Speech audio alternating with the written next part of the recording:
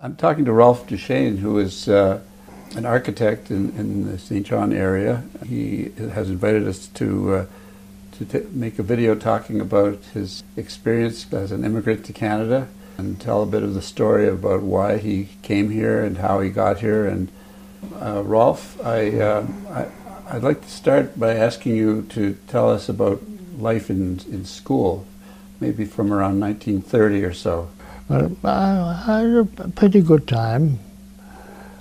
I enjoyed my time, but more in the private school because there were some very nice grown-ups, teachers. But then suddenly that all changed, and all the teachers were in uniform, Nazi uniform, and the boys all were in and I'm not sure about girls, but the boys were all in the Hitler Youth, as they called it. It was quite obvious that we had to find another place to live abroad. And we went to Prague, where my father came from Prague, which then, when he was born, or when he grew up, it was the Austro-Hungarian Empire. So did your father move the whole family and everything to Prague? You were allowed to go abroad for studies, and you were allowed to go on vacation. Right. And so we only went one at a time, and we bought return tickets, so they didn't. They thought we were going to come back, and so my parents first, and then my older brother, and then my younger brother, and we tried to make it not known that we would never come back. We were in a compartment with another family, and they at first didn't want to talk to us because they didn't know whether we were friendly or not, because we had a German passport. And we discovered that our family certainly were friends at one time, so that was more comfortable. But when we got to Budapest, it was very difficult, the trip. In fact, it was very difficult to get a visa, which we needed for Switzerland. And it was the last day the Swiss consulate actually existed in Prague, when we had to get the visa. Well, how did you get the visa? Well, we had to take a taxi to go up there, and our first attempt was the police came and stopped us. So we went around the consulate was on a high point in Prague, went to another way of going into the inner part of the area where consulates were located, and we were in a taxi, and there were police and trying to keep us. But my brother, who was sitting in the passenger seat, and he was a very bright guy who could react quickly. He took his briefcase and held it in the windshield, and they thought he was a diplomat. And he opened up, and that's how we got into the consulate. And we were the last persons who got visas. After that, it was 5 o'clock, and that was the end. You were the last people who got a visa to go to Switzerland. That was our main aim, I should say. Was that after Germany took over the Sudetenland?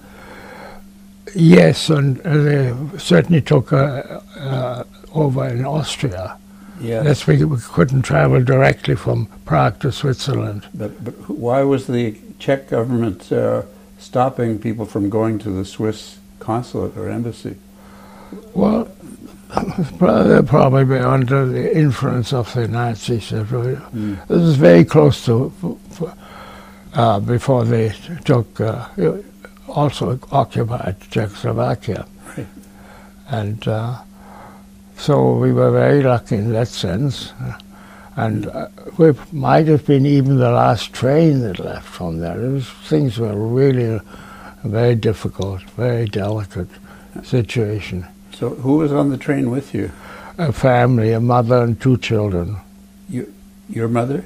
No, no. Oh, another family. But I mean, you didn't travel alone? This was my older brother. Oh, and his name was? Herbert. Herbert. Okay, so just the 2 of you. You were 17 or so? Yeah, and he was 20. 20. He had been in Prague before and had studied there. He was an architect. He studied architecture, and he was my really friend, and I always wanted to do everything he did, and that's why I began to study architecture. The trip from Prague to Budapest yes. That's where we had to change trains. Is that a long trip? A few hours?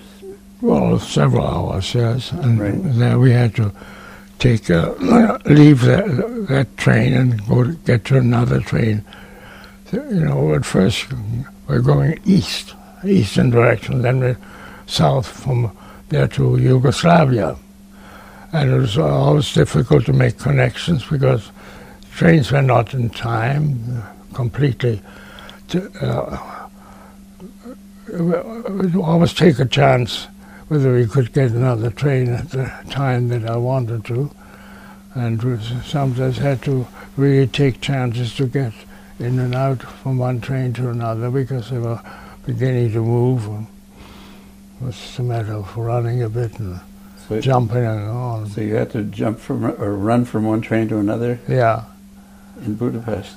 Well, the outskirts of Budapest. If we had gone all the way into the town, we would have never made it. Well, how did you know where to get off? My brother knew about trains. He was always interested in trains. He knew everybody's schedule, and without him, I would have never been able to make it. He was my role model all the time. So you got on the train from Budapest with no stopover, and you went to somewhere in Yugoslavia? Yes. Do you remember the city? No. And it was a border town where we then had to get into Yugoslavia, and I had some problems with. They didn't think I had a valid passport, so I had to do a lot of talking and trying to persuade them it was a good passport.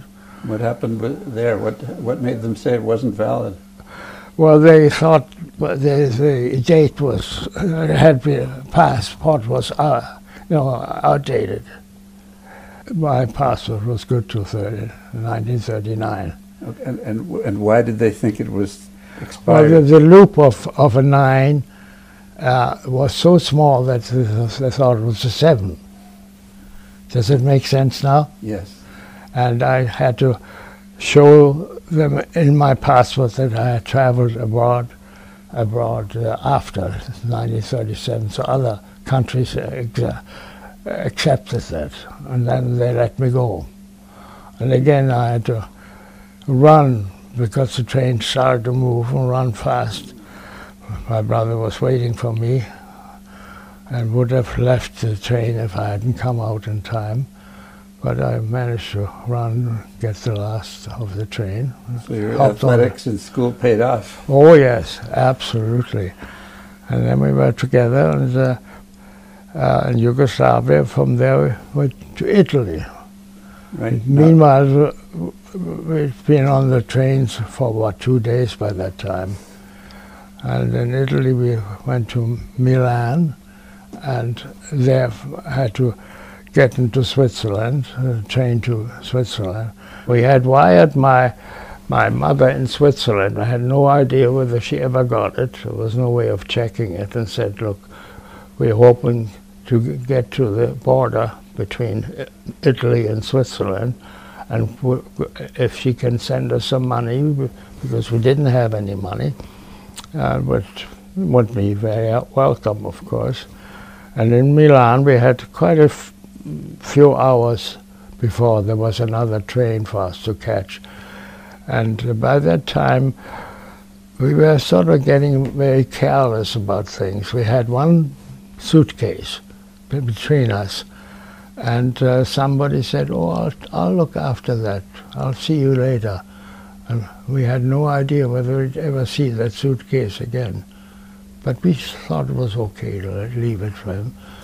And only when we got to the train, somebody knocked at the window and said, "Hey, I've got your suitcase." So we said, "Okay." Were you tired? We were very tired, and it was midnight. The only place we saw where there was possibly get some food was an ice cream salesman with his wagon on the street. And I went to I talked to him and said, "Look, I have a few coins in my pocket. They're probably worth nothing, but I give them to you if you give me an ice cream cone to my brother." And he said, "Well, maybe. I can't lose much. A couple of cones." And that was the first food we had. After a few days? After 2 days. Wow. And then we got on the train, and by the time we got to the border, actually my mother had sent us some money. At some point you left Switzerland. Yeah, because it was getting more dangerous for anybody to... How could you get out of Switzerland? We went to England. How did you get from Switzerland to England without going through occupied territory? You know, France was not occupied at that point. Oh, what year was that? That would be in... 39, I suppose. Yeah, that was, 38 and 39 we were in Switzerland. We had to go every day to Geneva to study. And we went separately again because we know that even in Switzerland, the Germans found me and I had to come to the consulate, and he told me that I had to join the German army. And there's always a problem. The only passport I had was a German passport. It was better than no passport. Though it was not very wonderful to have a German passport. Do you still have that passport? No, I threw it away. I couldn't stand keeping it. And I had it for a while, and then I threw it out. My memories were not very pleasant. And to go to England, again we were separate. My brother Herbert went first and I went the next day. This is from Belgium? From Italy at that point. What? No, from...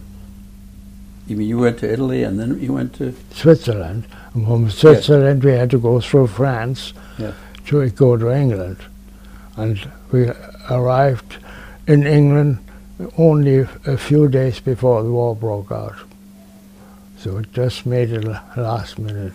Okay, so why didn't you stay in England?